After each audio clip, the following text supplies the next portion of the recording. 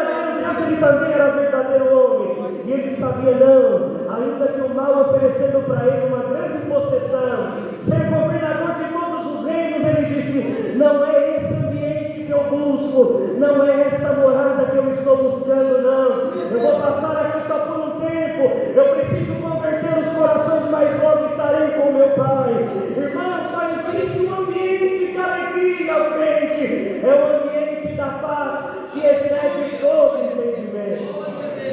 Porque, irmãos, a paz que Cristo veio nos oferecer é essa paz, é a paz que excede todo entendimento. Aleluia. O mundo, para estar bem, tudo precisa ir bem: saúde, aleluia, casa própria, dinheiro na conta, bendito seja Deus, filhos saudáveis, família saudável, glória ao nome. Mas se isso, aleluia, fosse sinônimo de paz, grandes milionários não arrancavam a sua própria vida pela agressividade da angústia, glória ao nome do Senhor.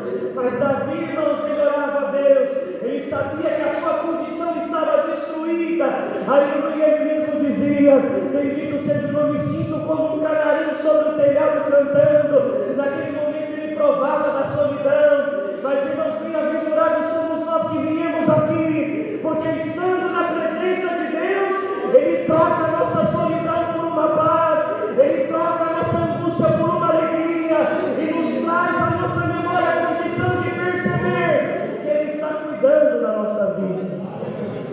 A dor mais agressiva no homem, aleluia, é a ausência de Deus no coração. E quantos que foram embora e voltaram e podem testificar dessas coisas? Olha o que aconteceu com o filho pródigo: pegou toda a riqueza que tinha, foi para uma terra distante, gastou a herança do pai, aleluia, de um pai vivo ainda, irmão. Mas teve um momento que tudo acabou, o dinheiro acabou, os amigos foram embora, e ele ficou sozinho, ele e a solidão. Aleluia. Quando, irmãos, nós estamos num momento de solidão, é que a nossa mente reflete a respeito da grandeza da graça que nos encontrou e das virtudes santas, aleluia, que entrou no nosso coração para dar significado à nossa existência. Ele falou: não, vou voltar para a casa do meu pai, porque na casa do meu pai tem amparo. Aleluia. Para aqueles que são servos do meu pai, tem boa comida, porque, irmãos, ele já estava olhando para as comidas dos porcos. Aí está escrito que ele olhou para as bolotas e desejou se alimentar delas. Glória ao nome do Senhor. Bem-aventurado é aquele, irmão, que a misericórdia de Deus chega a tempo na tua história, porque, irmãos, por um momento tudo parecia perdido na história daquele moço, mas ele lembrou: na casa do meu pai tem comida, na casa do meu pai tem um abraço. Ainda que ele não me aceite mais como filho, mas ele pode me fazer um servo, e como servo dele eu poderei ser melhor do que eu estou agora. Bendito seja o nome do Senhor. E quando ele chega na casa do pai, irmão, ali ele não foi tratado como servo, porque filho é filho, ainda que esteja longe, não perde o reconhecimento de filho, ainda que perdeu as forças, foi embora, mas ainda é filho. Quantos filhos serão trazidos de volta para esta casa de oração? Porque não perdeu a dignidade de filho, ainda é considerado filho pelo olhar do Criador, porque o olhar humano, irmãos, o nosso olhar é muito limitado.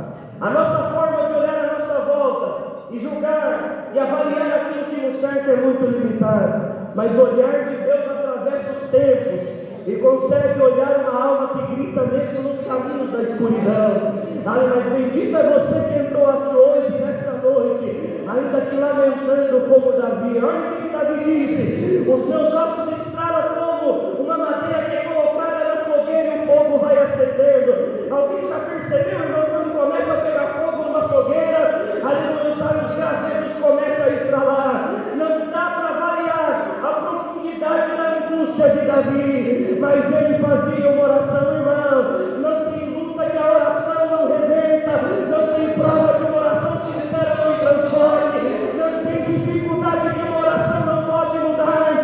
E se está orando é porque ainda tem caminho a ser criado. Se a tua boca está falando com Deus, é porque ainda tem renovo para ser enviado para a tua história. Bendito seja Deus, irmão.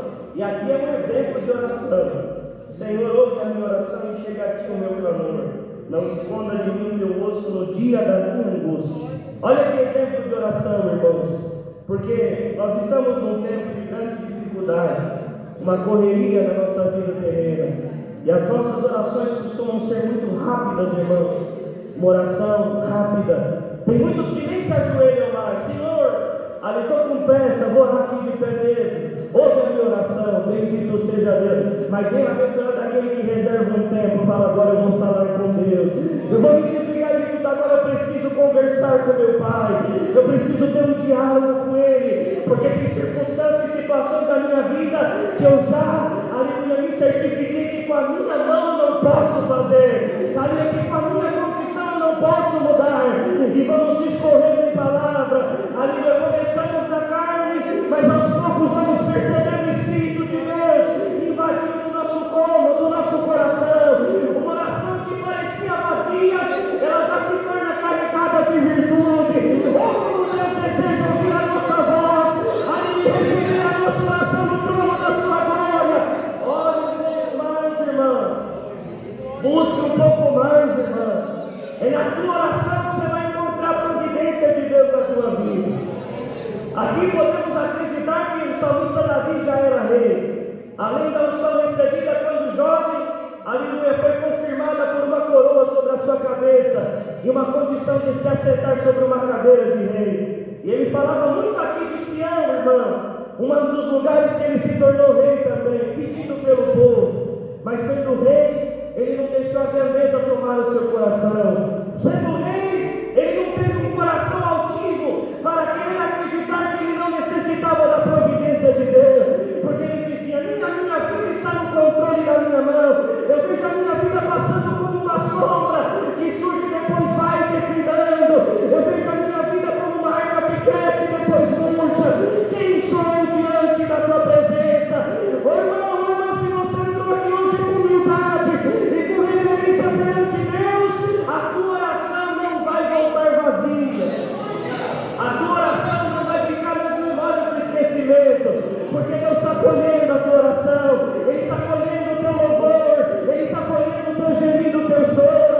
E quando você entrou aqui como Davi: Senhor, o meu corpo dói, os meus ossos também doem, eu não sei por que tanta luta, eu não sei por que tanta guerra, quando é que vai diminuir a agressividade da minha luta? Você acredita que é Deus que está trabalhando na tua vida? Ele conhece o teu gemido. Irmão, é fácil reconhecer Deus no dia da bonança, é muito fácil reconhecer o Criador no dia da facilidade.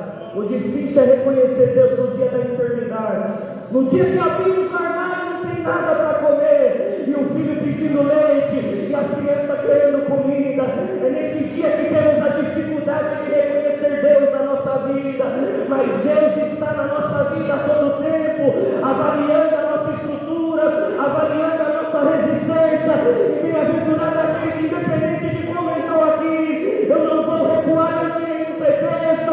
Antes eu farei uma oração ao grande Deus que me criou, porque eu sei que Ele tem resposta para me dar, Ele tem solução para a minha luta, Ele tem caminho novo para a minha escuridão. Receba a solução dessa palavra caindo dentro do teu coração.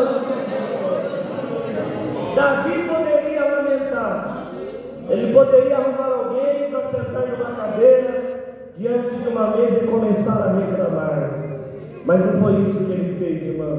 Quantos